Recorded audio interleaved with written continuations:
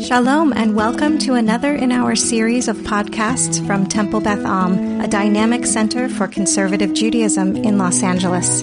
This is a recording of a Shabbat teaching by Rabbi Adam Kligfeld. In one of the places that Sukkot is mentioned in the Torah, we have, because the holidays are mentioned in several different places in several different parashot. We read this morning from Parshat Emor, but it also appears in Parshat Re'eh, and there are references to it in Parshat Kitisa. So there are a lot of different parts, a lot of different places in the Torah where the Torah is where this is mentioned. And I want to turn to one of them. Of course, I have the verse, but I didn't write down what verse it is. So one second.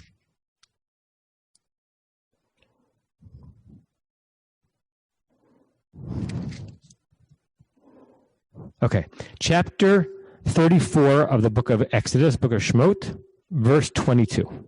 So if you have an Eitz Chaim Chumash, it's page 544. If you have a Tanakh, a Bible, it's the 34th chapter of Exodus, Shemot, verse 22.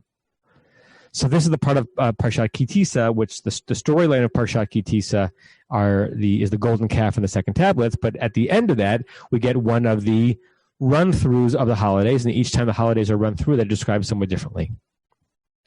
So actually, if you go back a verse, Sheshit Yamim Tavod, 6 days you shall work, Ubayom Hashvi'i Tishbot, on the seventh day you shall rest, Becharish Bakatzir Tishbot, you should even rest from your plowing and from your reaping. Verse 22, V'chag Shavuot Taseh Lecha, make yourself a holiday of weeks. This is a reference to Shavuot. Shavuot, by the way, whose dating on the Jewish calendar is the most unspecific in the Torah. We place it on the 50th day after Pesach. It is not at all clear that that's exactly what the Torah had in mind. But here we're referring to that holiday. B'chag Shavuot Taseh Lecha, make yourself a holiday of weeks. Bikurei, the first ripening Katsir Chitim, of the harvest of your wheat. And you would think that since each of the holidays require their own space, that the whole verse would be Shavuot. But then mid-verse, after the Etnachta, after the wishbone, which tells you that you're halfway through a verse, we switch. V'chag ha'asif, the holiday of asif, gathering, harvest. Tekufat hashana. Tekufat hashana are two words which a basic level of Hebrew tells you what they mean, but it doesn't tell you what the verse means, right? We have that all the time. We discuss that in our Rashi class, that it's one thing to know what the vocab is. It's another thing to try to discern the intent of the verse. Tikufa means a period of time. Shana means year. These two words are in smichut. Tikufat hashana, the period of the time of the year. But what does that mean? It's translated here by the JPS. And the feast of ingathering, that's Ha'asif, at the turn of the year. Okay, the turn of the year. So JPS, at least this new translation of JPS, seems to say that we're at an inflection point. We're at like a fulcrum. In what way, let's say they're correct, because they might be. In what way might where we are right now on Sukkot be thought of as a turning of the year? How does that make sense agriculturally and in terms of the significance or the meaning of what the holiday represents? I'm not sure what technology is being used there, but if you're comfortable raising your hand and comfortable being unmuted, okay. So Gary's raising his hand. Gary, things are starting to cool down, in theory, outside LA, but things are starting. The crops are starting to finalize their fruit and everything else, and you're going to start turning down your soil and everything else. Okay, so if we're imagining the agricultural season being during the warmer months where the nutrients can penetrate and the wheat can come through, then when we get to Sukkot, we're kind of at the end. That's very appropriate when you think about Kohelet, right, which is the biblical book that we're going to read on Shmini Atzeret, that there are seasons that turn. There is a a soft overtone of the death of something around Sukkot, because it's the end of it's the death of that agricultural cycle. So maybe Tikufat Hashana, according to JPS, they got it right. It's the turn of the year. It's the end of a cycle. In earlier JPS translations of the same text, it read it at the year's end, right? At the year's end. We think, and I mentioned this very briefly on one of my holiday sermons, we think of the Jewish odometer beginning at Rosh Hashanah, the head of the year. We go from 5780 to 5781. But as many of you know, in the biblical understanding, our New Year holiday takes place not in the first of the month of the year, but the seventh month of the year. Tishrei is the seventh month of the year. The first month of the year is Nisan, because there's the other odometer of the Jewish people, which began at Exodus, when we were brought out from slavery. And so if you start at the beginning of that cycle, both historically and agriculturally, we've come to a conclusion. And remember, if you go back to, the year 0, the year 50, the year 200, the next thing after the Sukkot holiday on the calendar is what? And certainly, actually, if you go back biblically, let's go back 2,500 years. The next thing on the Jewish calendar after Sukkot and Shmini Atzeret is Pesach. There is no Hanukkah because the story hasn't happened yet. If you go back early enough, there's no Purim, the story hasn't happened yet. So maybe this is the Tekufa. We've completed this era of the year. And aside from the weekly Shabbatot and the Rosh Chodesh, the Tekufa is not going to begin again until we get to Pesach. Okay, that's a possibility. There was an article in Haaretz in the year 2018.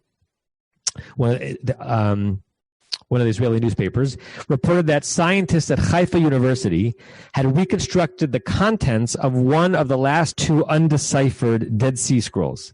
They found 60 tiny fragments, some that were no bigger than a square centimeter, and they were pieced together to produce an encrypted calendar that was used by a Jewish sect that lived in the Judean desert during the Second Temple period.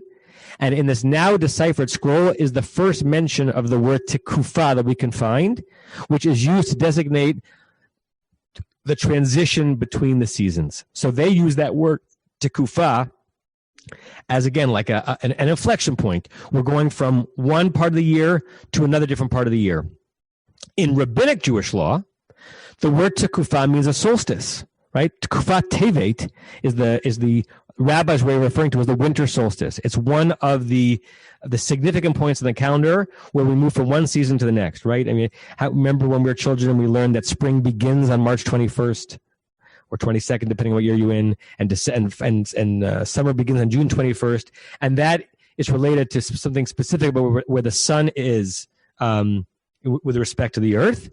But it's also the human way of marking the beginning of something and the end of something. We like that way of ordering time. So maybe Tekufat Hashana, going back to the verse, is once you get to Sukkot with Shmini Atzeret as an add-on, that's the Tekufah. Well, let's call it a game, call it a year, call it a season. Okay. Let me linger there for a moment before I bring to you the source that is really the source that is the linchpin of what I wanted to share with you. Any questions or comments on what we've discussed so far as to what Tekufah might mean specifically vis-a-vis Sukkot? Yes, no? Okay. Some of you know of the commentator called the Netivot Shalom. Rabbi Shalom Noach Berezovsky. He was the Slonim Rebbe. From the Slonim Hasidim. He lived, his lifespan basically spanned most of the 20th century.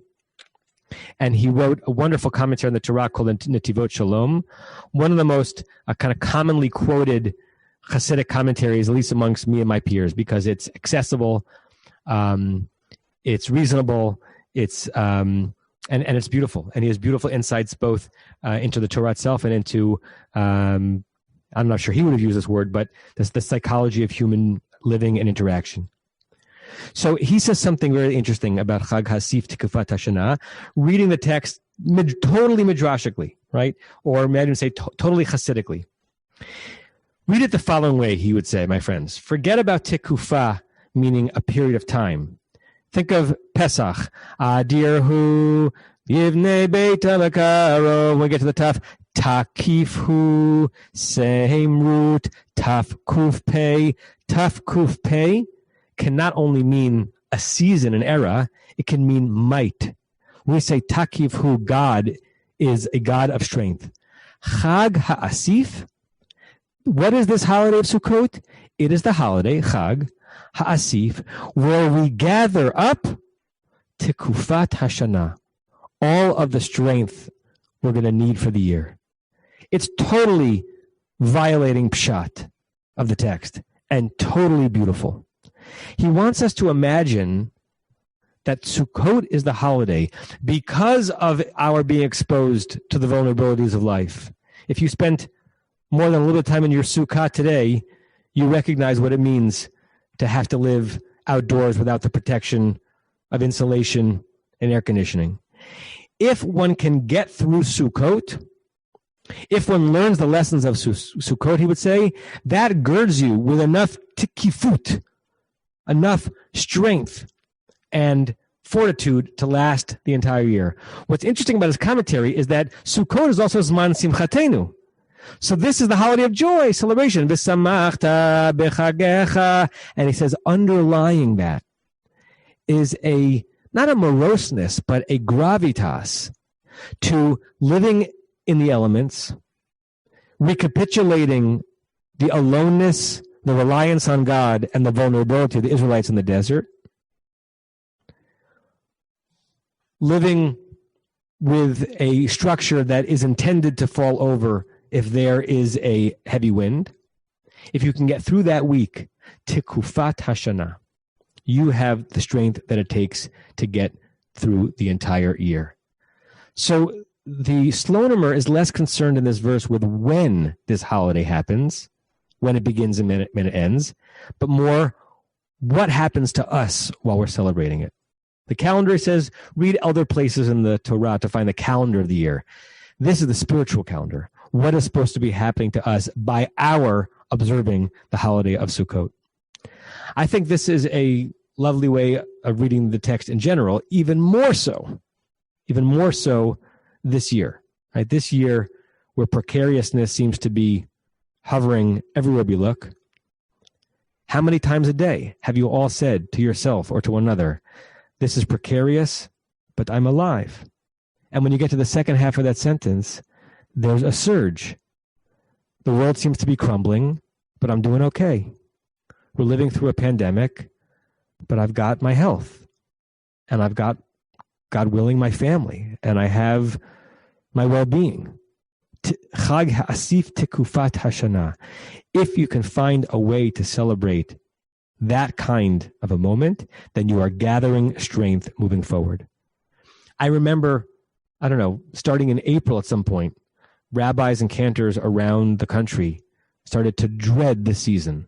First of all, we couldn't imagine a pandemic really lasting that long because we'd never experienced anything like it.